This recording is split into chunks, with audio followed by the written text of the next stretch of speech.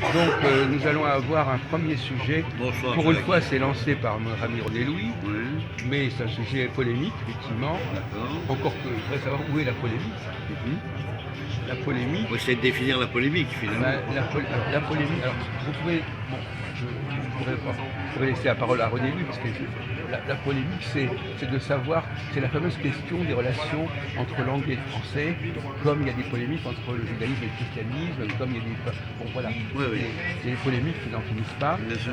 Et alors on va demander à Christophe, parce que normalement, je ne sais pas, normalement vous avez dû comprendre certaines choses depuis le temps qu'on en parle. Oui. Quels sont les avantages du français par rapport à l'anglais?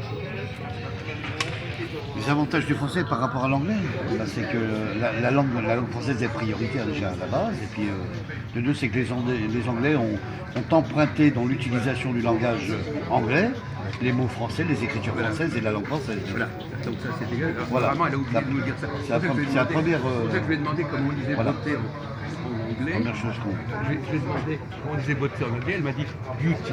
Donc déjà, elle était piégée, Ah oui, parce que déjà. beauty c'est déjà un mot français. Mais ça, bon, Oui, déjà. après elle est partie parce qu'elle voyait que c'était pas... C'était pas cohérent. Alors le problème que je pose, c'est quel est l'inconvénient d'une langue, mais ça c'est des choses qu'on a déjà débattues sans Bien fois. sûr. Quel est l'inconvénient d'une langue? On vous attendait, hein. Quel est l'inconvénient d'une langue qui emprunte, qui est endettée par une autre langue? Ça, c'est des souvenirs qu'on a déjà abordés. Ouais. Qu'est-ce qui crée un problème dans une langue qui a beaucoup emprunté à une autre langue? Ça, c'est un apprentissage. Pour les gens qui apprennent une langue. Son accent, son. Non, mais quand on apprend une langue et que cette langue a la moitié des mots d'une autre langue, qu'est-ce que ça fait comme complication pour l'apprentissage? Ça va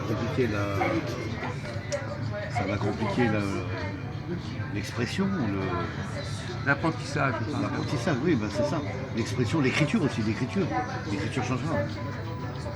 Non, c'est pas ça. La langue peut-être. L'apprentissage, Oui, les accents, prononciation. qu'est-ce que c'est qu'une langue idéale? Posons comme autrement. Qu'est-ce que c'est qu'une langue idéale? Pour montrer justement que telle langue ne l'est pas. Qu'est-ce que c'est qu'une langue dont l'apprentissage est idéal? Non mais on ne va pas citer une langue en particulier. À quoi ressemble une langue idéale? Moi je ne sais pas. Quand on discute, autant déjà dégager le concept général. Qu'est-ce que c'est qu'une langue parfaite? Une langue où l'apprentissage est le plus souple et le plus facile possible. Par conséquent, une fois qu'on aura déterminé la langue idéale, on verra que telle langue ne l'est pas. Apparemment, la langue la plus parlée, c'est l'anglais. On ne vous demande pas si vous faites exprès. On ne vous demande pas l'anglais. On vous demande comment fonctionne la langue idéale. On n'est pas en train de vous demander quelle langue Ce sont des C'est créoles. une langue qui est compréhensible. Comment? C'est une langue qui est compréhensible. Non, mais dire, ce sont des créoles mis au point. Ah oui. C'est une langue parlée mais qui est compréhensible de tout le monde. Bon, alors, posons le problème autrement. Qu'est-ce que c'est qu'une langue qui ne fonctionne pas bien? Quand on parle moins, Bon, c'est pas une question de parler moins ou plus. on parle de sorte de patois. Ah bah justement, alors par exemple, Une langue de patois, c'est une langue de cassée.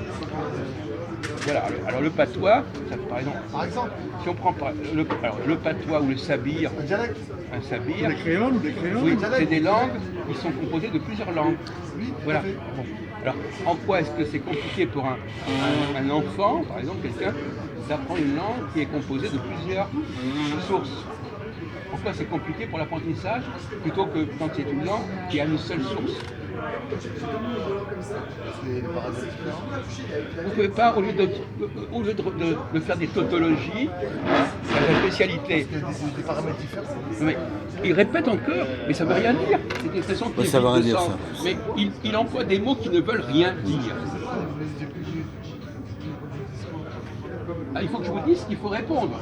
Je sais pas. Bon, alors, qu'est-ce qu'il faut répondre? J'essaie de répondre comme je peux. D'accord, du mieux que vous pouvez. Alors, donc, on a dit, alors, on revient. Alors, vous, Christophe, alors, qu'est-ce que c'est que... Alors, vous allez nous résumer où on en est. Qu'est-ce que c'est qu'une langue idéale? Qu'est-ce que c'est qu'une langue qui fonctionne mal? et qui s'apprend mal. Oui, bah alors pour moi, une langue idéale, c'est une langue qui s'apprend facilement, qu'on Oui, mais puisse qu'est-ce parler qui- facilement. et Et puis, oui, d'accord, mais- sur le langage et l'écrit, bien sûr. Et Non, puis, mais qu'est-ce qui fait qu'elle s'apprend facilement? c'est la capacité de mémoire, c'est-à-dire de. Non, pas ça. On De parle pas de retenir. capacité de mémoire. Qu'est-ce que c'est C'est que... une langue facile à apprendre. Et pourquoi est-ce qu'elle est facile à apprendre? Parce que elle est facile à communiquer. Et pourquoi est-ce qu'elle est facile à apprendre?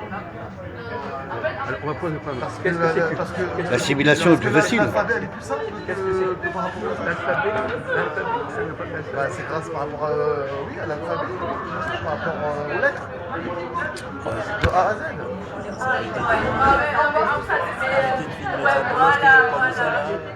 Comme les philosophes, ils cherchent les débats inutiles. Non, mais. On est entre nous. Aussi, c'est ma passion. Quand vous mangez, vous buvez, vous Oui. respirez, vous allez faire le débat ici. Arrêtez de faire le débat ici. On n'a pas le droit de discuter. Vous avez d'autres discuter, mais pas de vous. Vous êtes sûr de ce que vous dites, monsieur? C'est clair. Comment? Ça fait plusieurs fois. Non, mais vous, ce que vous dites, mais est-ce que c'est vraiment le règlement? Mais c'est le règlement, c'est pour cela que je vous ai dit. Oui, non, mais c'est vous qui le dites, mais... Alors, est-ce que... Moi, j'ai jamais Le entendu débat, parler mais de ce règlement. ça c'est le règlement. Arrêtez de filmer avec vos débats inutiles qui ça va tirer encore d'autres personnes. Alors déjà, c'est pas inutile, vous racontez des conneries, et de deux, vous allez.